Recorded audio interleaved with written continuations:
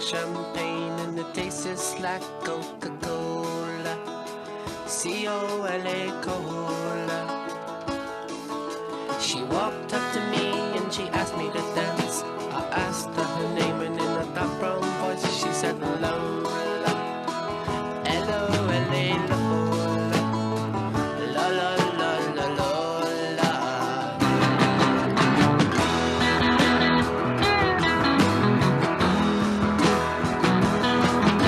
Well, I'm not the world's most physical guy, but when she squeezed me tight, she nearly broke my spine. Oh my Lola, la la la la Lola.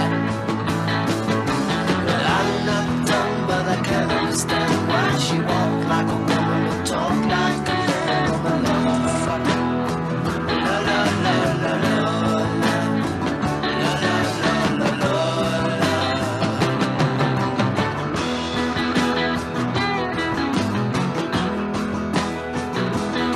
Well, we drank champagne and danced all night under electric candlelight. She picked me up and sat me on her knee. Said, "Little boy, won't you come on with me?" Well, I'm not the world's most passionate guy, but when I looked in her eyes, well, I almost fell for my Lola. La la la la la, la la la la la.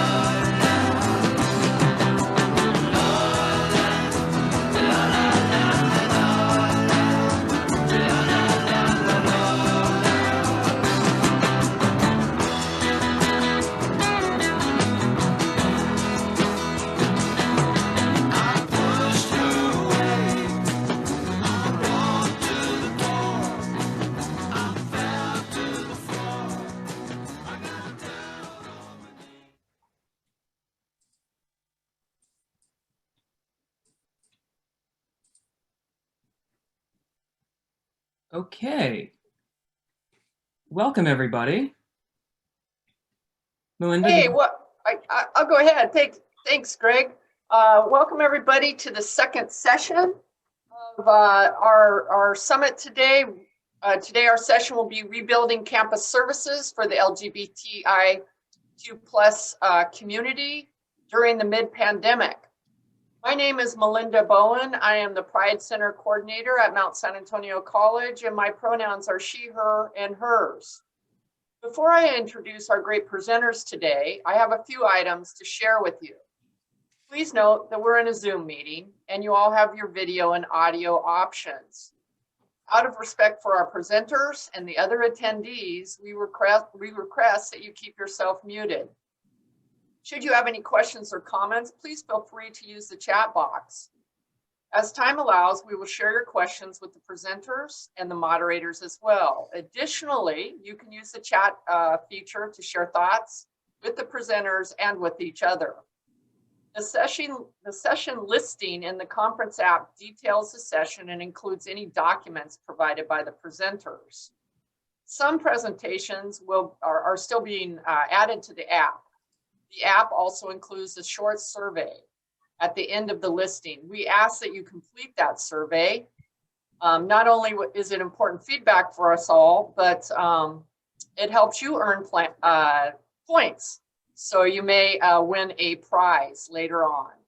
Thank you for being with us. I hope you enjoy the session. And now it's my pleasure to introduce our awesome presenters. First, I'd like to present Allison Birch. She uses she, her pronouns. And Greg Langer.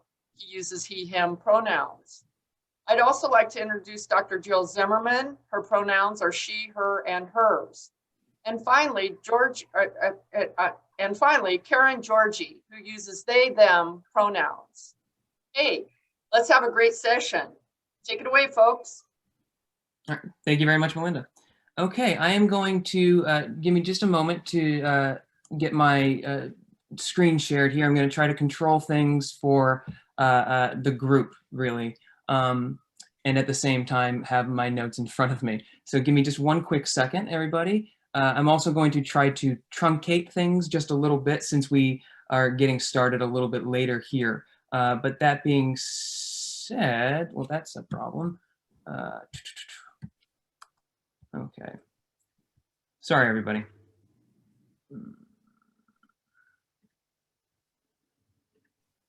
Okay. All right. So I'm having issues with our PowerPoint. So I apologize for that. I will make sure I get it open for the next presenter because the next presenter will be using the PowerPoint. Hi, everybody. My name is Dr. Greg Langner. I'm over here at Antelope Valley College. This panel is presenting to you from Antelope Valley College in the North LA County region, sort of the mountain desert area of Los Angeles County. More importantly, Antelope Valley College is on the traditional lands of the Fernandino, Tataviam, and Serrano peoples. So our panel discussing support for LGBTQIA plus students in the middle of the pandemic is really built from the perspective that a lot of us have based on the experience of not always or very often not at all having the kinds of institutional infrastructural support needed, and how that in particular has impacted the work that we do and the longer term agendas that we have trying to support our students. So going through each presentation, I'll briefly discuss the importance of critical messaging coming from a communication studies perspective. Then Dr. Karina Georgi is going to have a brief presentation. Dr. Karina Georgi comes from our sociology department. Then Allison Birch from the library will be discussing a really cool program that we're working to get off the ground. And then our Dean of Student Life, Dr. Jill Zimmerman, will offer an administrative perspective.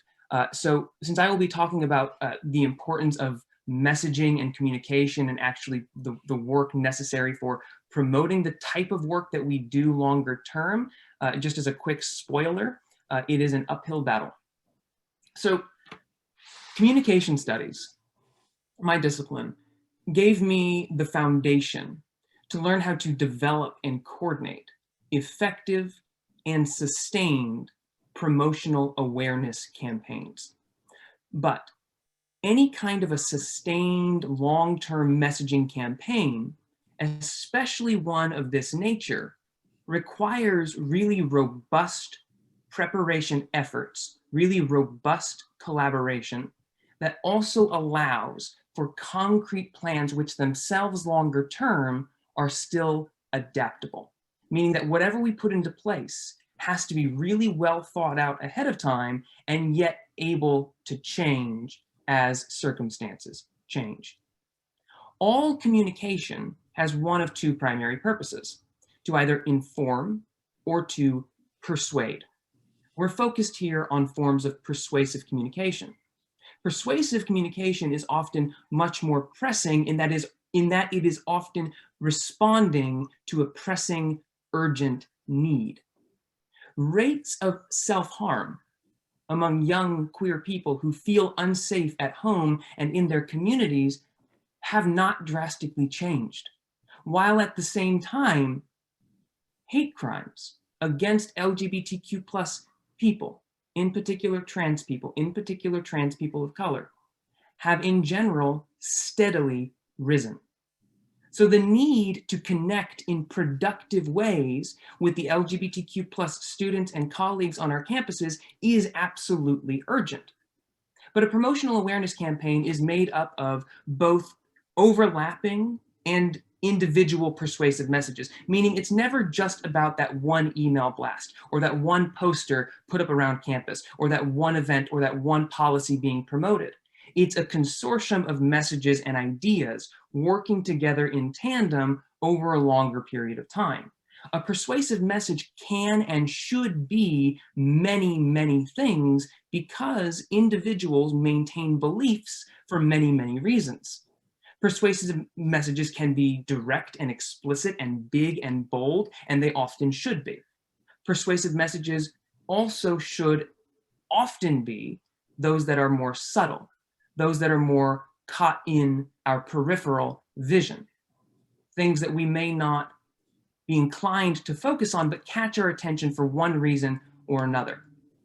Critical messaging requires that we account for the fact that individuals maintain their strongest held beliefs because we all associate certain beliefs with our very survival and well-being, but the problem and the need for critical messaging around LGBTQ plus issues at a lot of California community colleges, ours included, my alma mater, Chaffey included, or at least back then, is that the particular beliefs a lot of people associate with their survival and their well-being make the survival and well-being of our queer students and colleagues that much more difficult. So a promotional awareness campaign must itself be aware that we are not just promoting a message, but countering interpretations to our message that have been deeply embedded, deeply learned over long periods of time. So what are the kinds of messages that we are trying to promote? Again, lots of particular ones, but at its core, we are trying to send the message that LGBTQIA+ students are welcomed and supported. So then what are the interpretations that we are working to counter? Well, to be honest, contrary to a lot of perspective or interpretation of what California is like a lot of communities throughout this state, a lot of queer students, a lot of queer folks in our community are not always supported, whether just out in the community or explicitly and relentlessly at home. So that leads us to a situation where students are predisposed to feel unwelcome or rejected or diminished, which closes off that necessary peripheral vision for making sure enough of our messages get through. Because again, we are fighting an uphill battle, not just an uphill battle with administration and resources, but an uphill cultural battle as well. Our messages will go unnoticed if we don't incorporate those larger, bold agendas as well. In short, if the message "we support queer students" only resonates as a theme on a flyer, barely seen by the campus community at large, let alone by the students who most need to see it, then we have not demonstrated support for queer students in our messaging.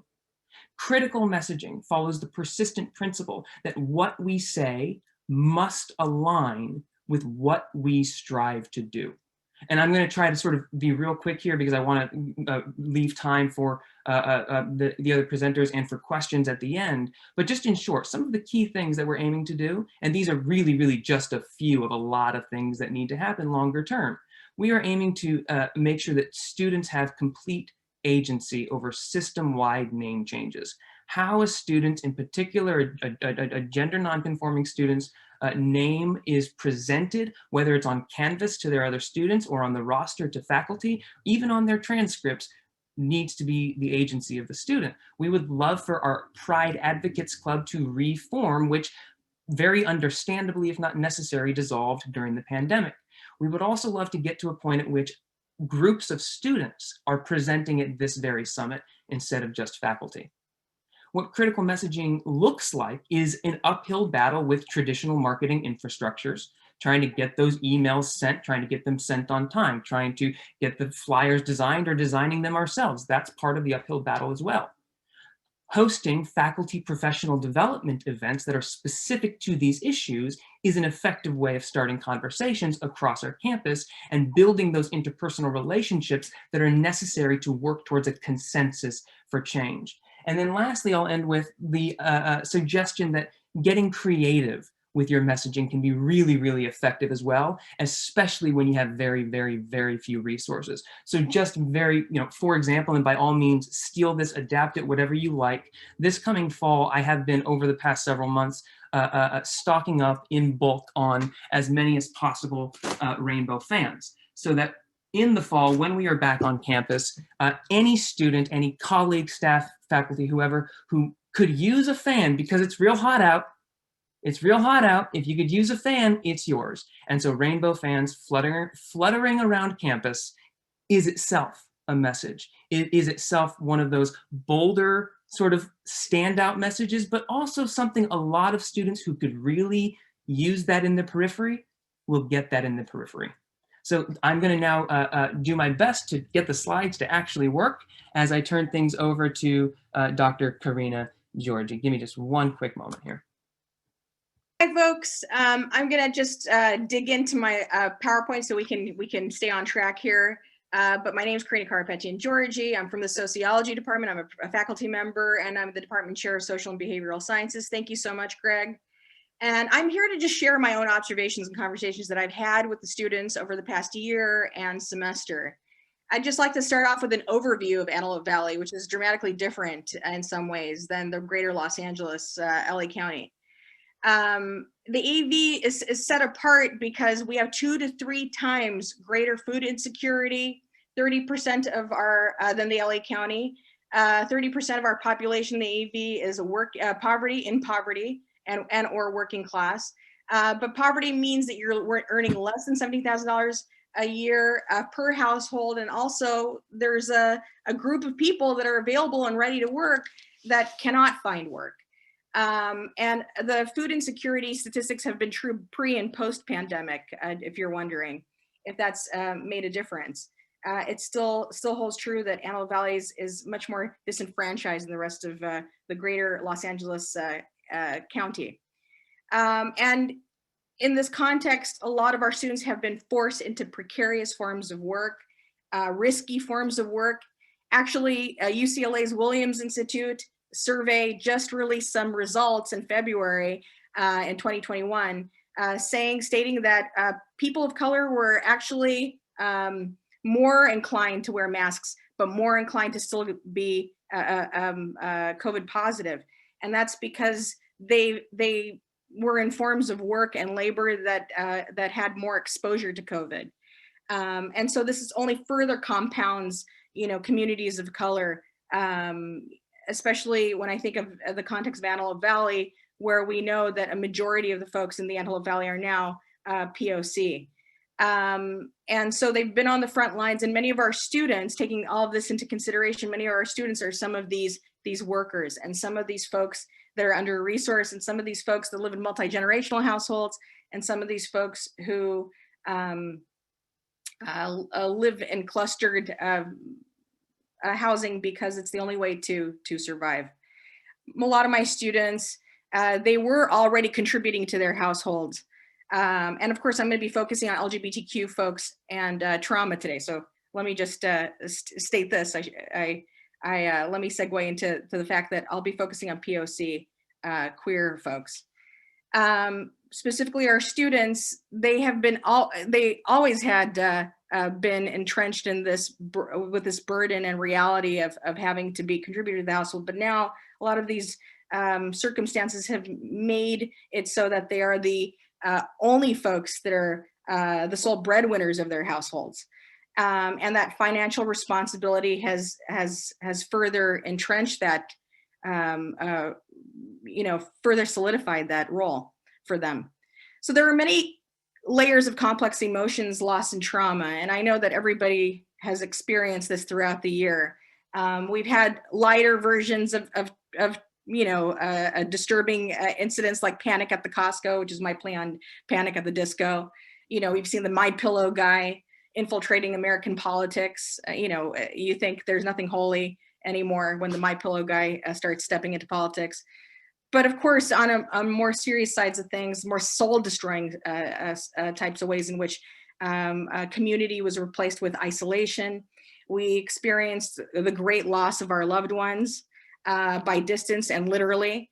And then, of course, this is all occurring alongside the specter of systematic racism and police brutality and violence, which has recycled themselves on both a national and local level.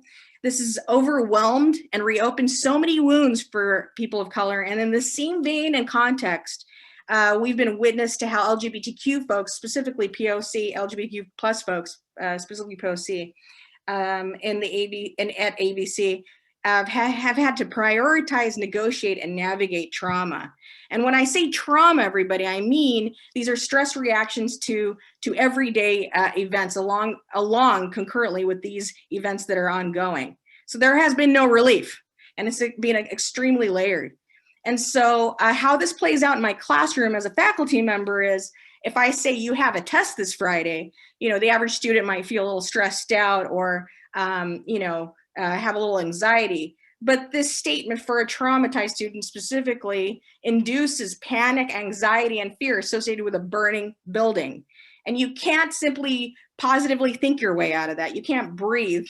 You can't align your chakras. And even though I think those things are cool, and Reiki is a cool thing, and I'm sure there's so many benefits to these types of practices. there is a real neuropsychological reality that that is undeniable. And then of course, what's been sitting with me and what's been sitting on my mind every day since this whole awful year started was how are my LGBTQ students, specifically students of color, how are they dealing with this? How are they surviving this? And so I'll be brainstorming at least some of the ways in which I've tried to navigate through this past year. So if we go to slide 2 and 3, well, let's go to 2. So some of these testimonies, Greg, slide 2. All right. So some of these testimonies that the students shared with me, like the first one here, where a student had to really came out of the closet, but kind of almost had to go back into the closet and stop talking about the fact that they are not straight and queer. And I think one of the things that really strikes me in this quote is, "I'm feeling okay now that I'm covering and passing as not so queer.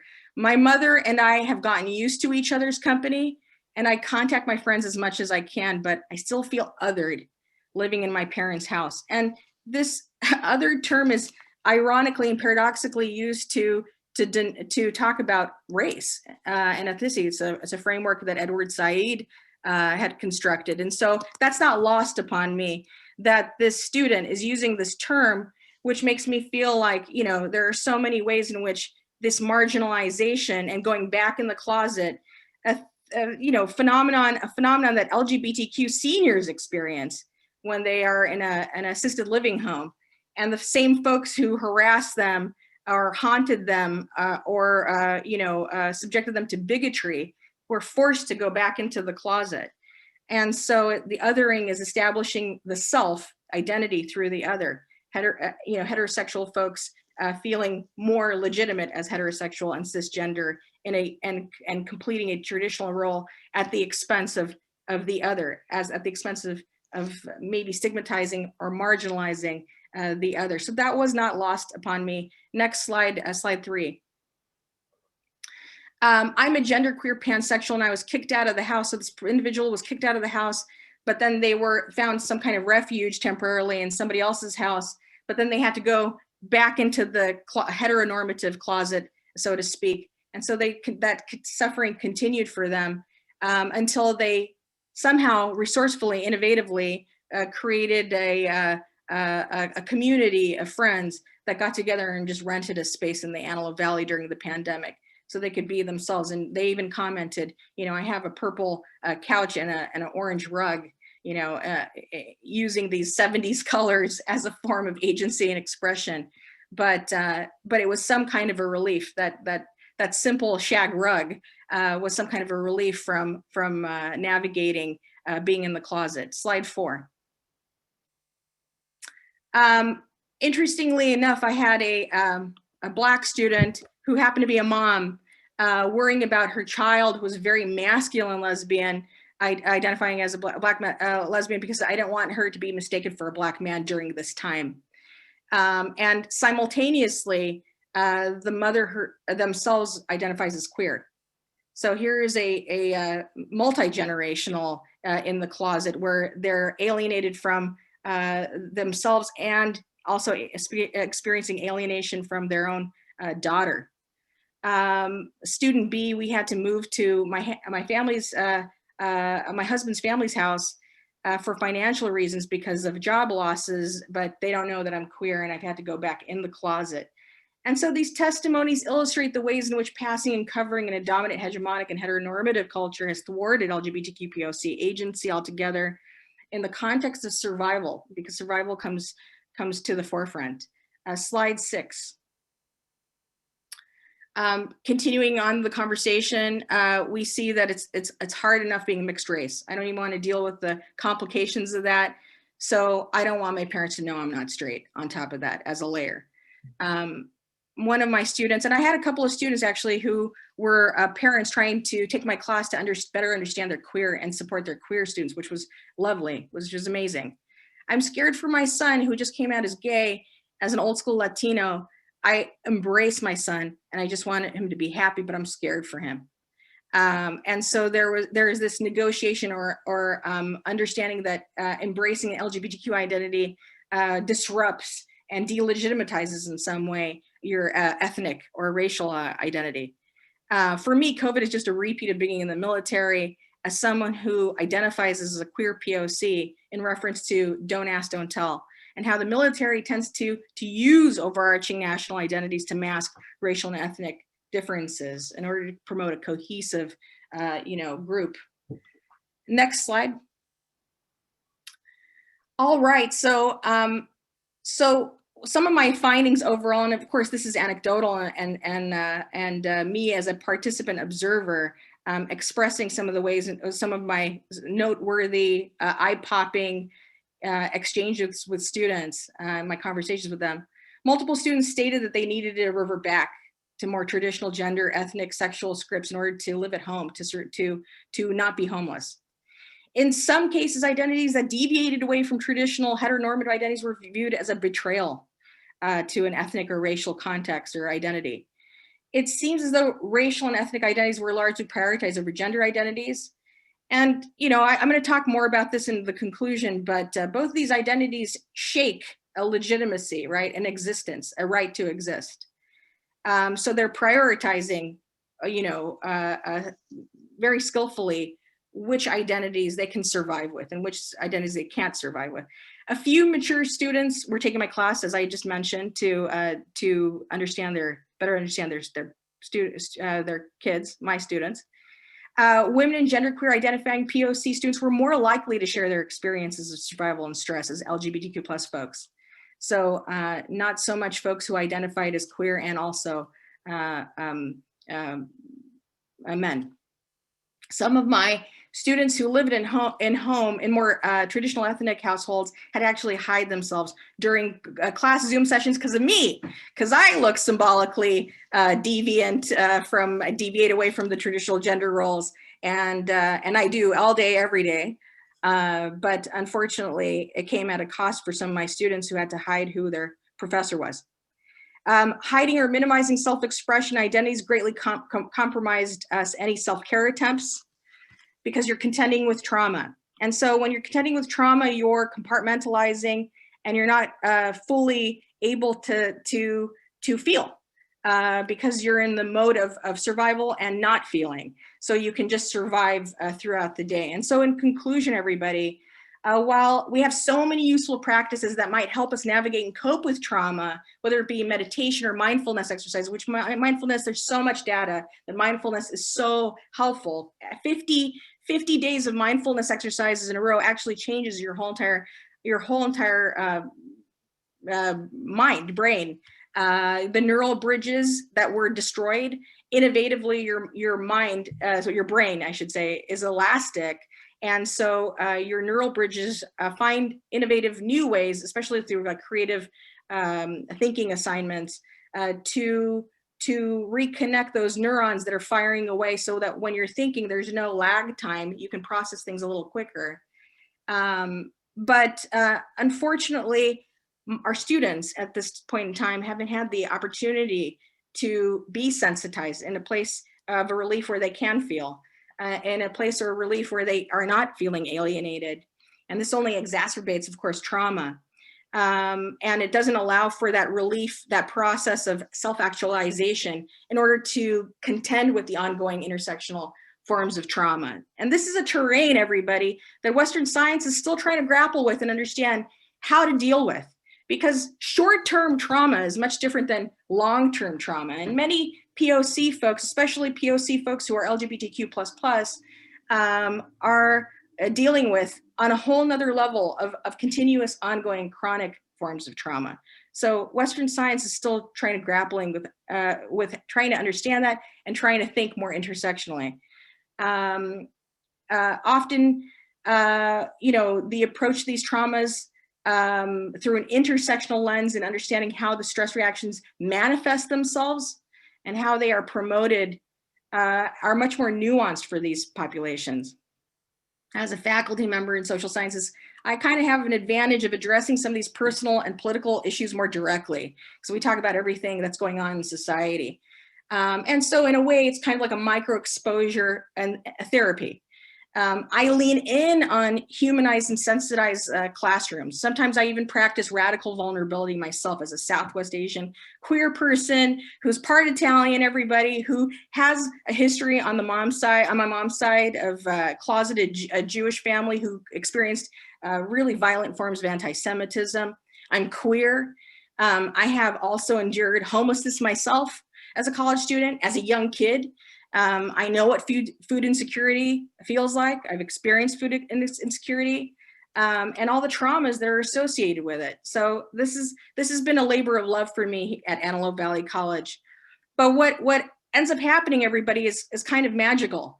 It promotes a true dialectical exchange with my students, contextualized in a more emotional intelligence, solidarity, and community.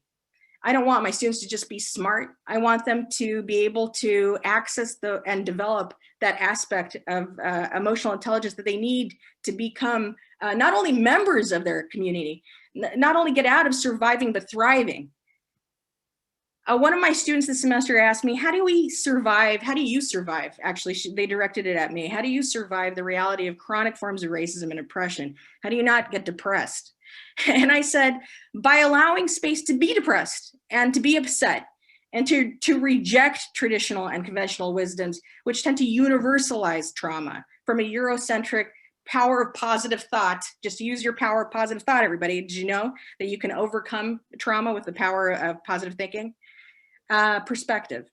So this is a challenge which is ultimately put forth to our students to feel, to process, and acknowledge traumas that are experienced by LGBTQ folks that non-POC LGBTQ folks will not experience in the same way in the larger context and register of a heteronormativity and heteronormative culture. Thank you. Thank you so much, Karina. We have about 10 minutes left for the other two presentations. We will make sure that our contact information is presented to everyone since we may not have all the time for follow-up questions. But if I see any in the chat, I'll also keep track of those. And if folks want to leave their emails for that as well, we'll keep track of any questions and follow up with individuals. So up next, we have Allison Birch in from our library services. Hi, everybody. Wow, that was really, really great. I'm still processing a lot of what I was thinking about right now.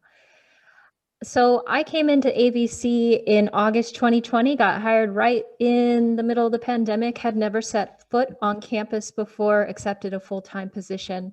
My background is 10 years in libraries in Los Angeles and Long Beach, and also in rural areas. And one thing that I see when I go onto different campuses is that some places feel very inclusive and some places feel very not inclusive, but maybe with signage that looks inclusive. And so I was really, really fortunate to meet the members that are here with me today and the other members that were forming an LGBTQIA plus committee at AVC. Can I have the next slide? And I just want to talk about the library a little bit today, talk about something that I made online, and hopefully inspire some of you to contact your librarians and maybe get something similar made on your campus.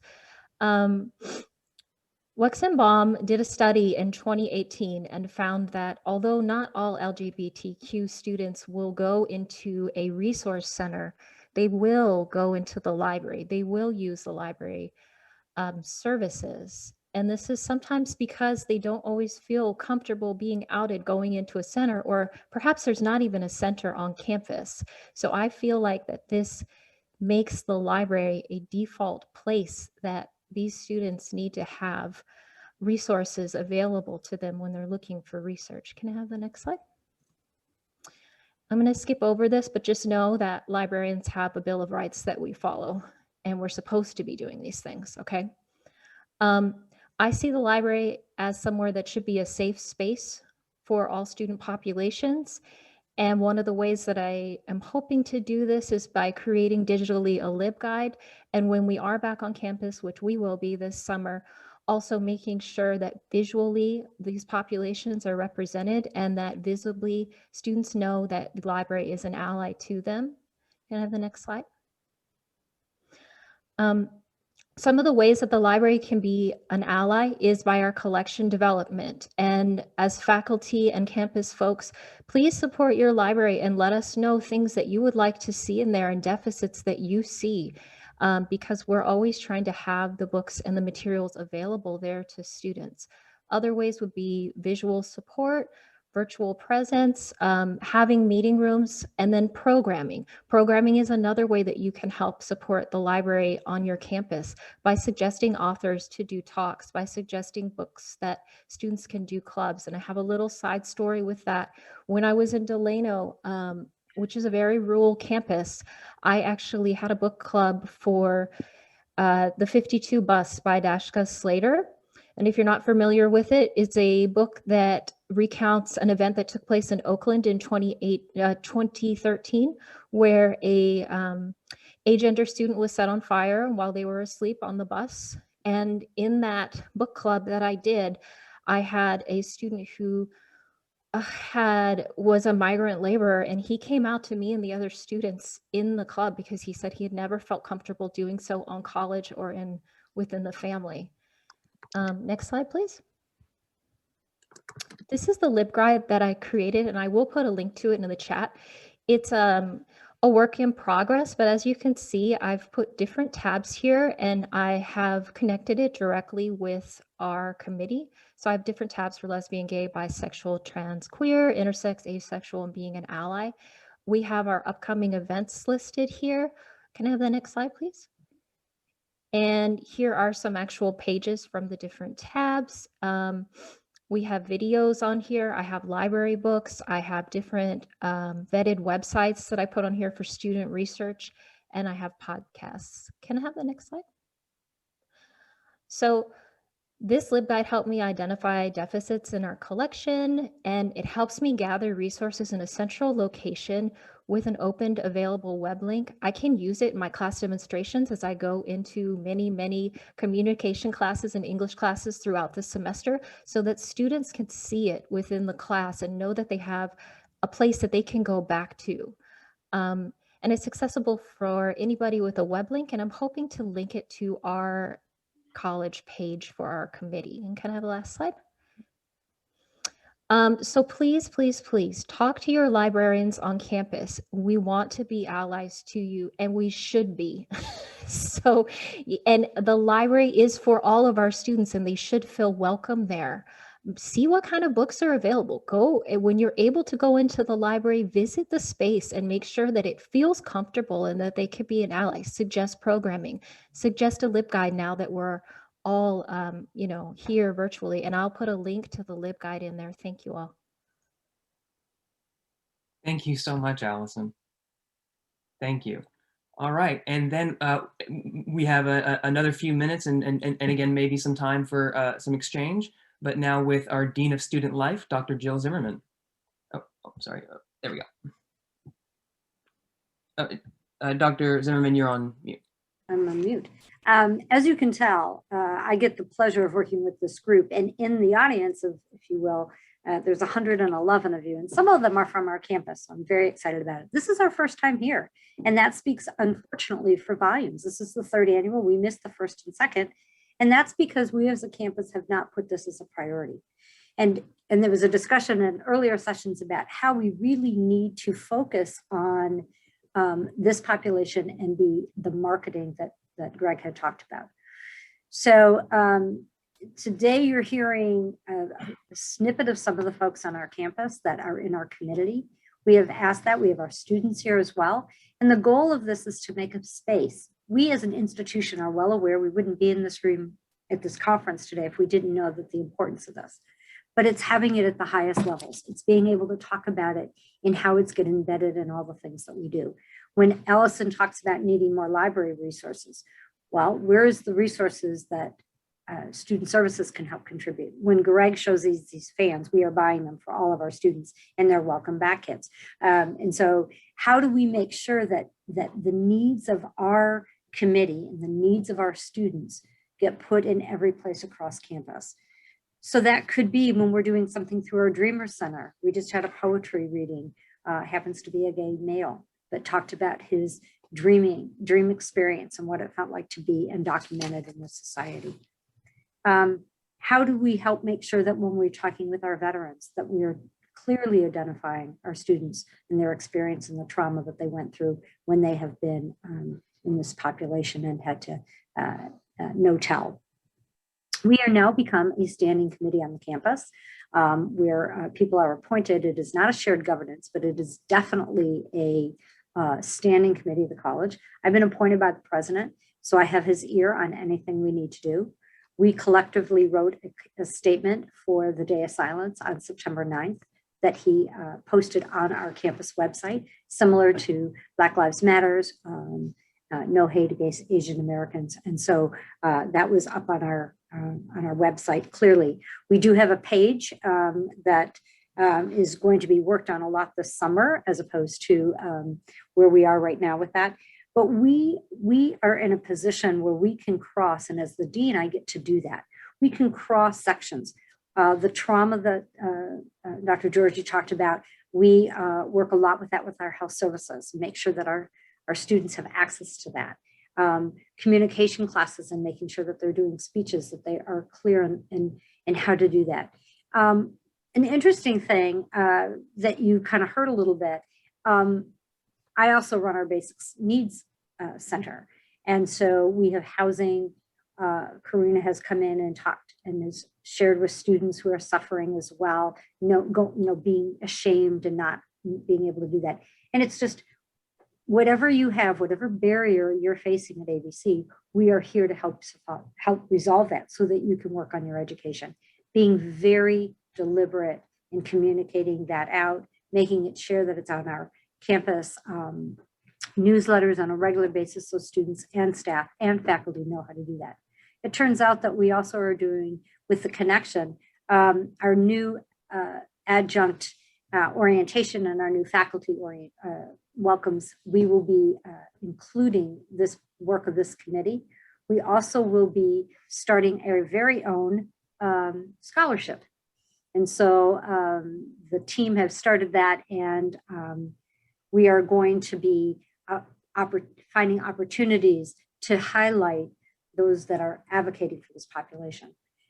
Our students need to feel that they can be safe, and that's because our faculty and staff feel safe. And if they feel safe, then it's okay for them to have a place to come back. Being in this pandemic and being very isolated has not been helpful. As Allison indicated, we will be coming back for a hybrid approach for the summer, with the intent that we will be opening up more fully in fall and allowing our students to be the campus safe place for them, not only with the people in the community, but those that are allies for that community. And so having a champion as an administrator, finding the funds that are needed and finding spaces and places where people can be who they are and then come to learn what their subject matter is what we're planning on doing at ABC. So we do have about a few minutes. Greg is going to kind of walk us through if there's any questions, but I hope you've kind of understood what we're trying to do here in the Antelope Valley, which is a very difficult community on many fronts. Thank you. Thank you so much, Dr. Zimmerman, and thank you to all of my colleagues. I'm really, really, really grateful to be a part of this particular community. So we do have, even though we got a little bit of a late start with some technical bumps, we do have some minutes left. If folks have comments, questions, anything that's like real pressing and you want insight on or a response to, we have a few minutes. Linda has her hand raised. Oh, Linda, please. Hi, I had a question for Karina on what kind of assessment questions or instrument did you use to get the students to be so candid and sharing with their comments, and can you share a template with us? Linda, my professional statement here is I don't know. What happens is that I allow for space for them to actually dictate the terms and conditions that they want to go they want to hold space, how they want to hold space. So that's what I do, is I let go of me being the person who's directing that. I mean, of course I can facilitate the conversation, but I want to give them some agency. So for example, I'm just giving this as an example. I had a module on education, and let me just tell you that my students via Zoom, they unraveled during this module on education because of all the systemic forms of racism that they experienced, and my LGBTQ plus students experienced with the lack of sex education. I don't know if anybody knows, but sex education was mandated in 2016 to be medically accurate in the state of California. There's 22 states in America currently that is not teaching medically accurate, that they don't have, there's no compulsory policy. So what I do is I allow them the space, I allow that flexibility, and I let them actually dictate the terms. It has to come organically. I can't, there is no template, but there's certainly a conversation that we can engage in and exercises to discuss what that might look like. If that, I hope that helps. Yeah, so this was during your course that you had these conversations. Yes, this is during most of my courses, and that's why my courses tend to be more successful, because of the fact that I allow for this space for the students to use their voice and for the students to be studying and learning things that are relevant to them. And even a math teacher, if anybody's a math faculty member, can incorporate some of this consciousness. So for example, I'll share a bad example with you. When I was a younger kid in elementary school, I didn't know how to do long division. So I asked my father, who's from Iran, how to do long division. And the way he taught me how to do long division was the Iranian system. My teacher, when I showed that work to my teacher, said, "That's wrong. And everything you just did was wrong." So I interpreted that as my Iranian dad, immigrant, doesn't know what he's talking about. And that was a learning moment. That was a learning moment. And so it's about having the students, it's about consciousness raising, and it's about having the students create and facilitate their own conversations and contributions, because there's room for me to learn as an educator. There's always room for me to learn. So it's this intellectual humility that we have to have. Okay, thank you so much. And just last question. So the students gave you permission to use some of the thoughts that they shared during the class? Absolutely, absolutely. I told my students, and I said, "Is that okay if I can use this?" And they said yes. Oh, And I said, "This isn't a formal, or by the way, this is not a formal research."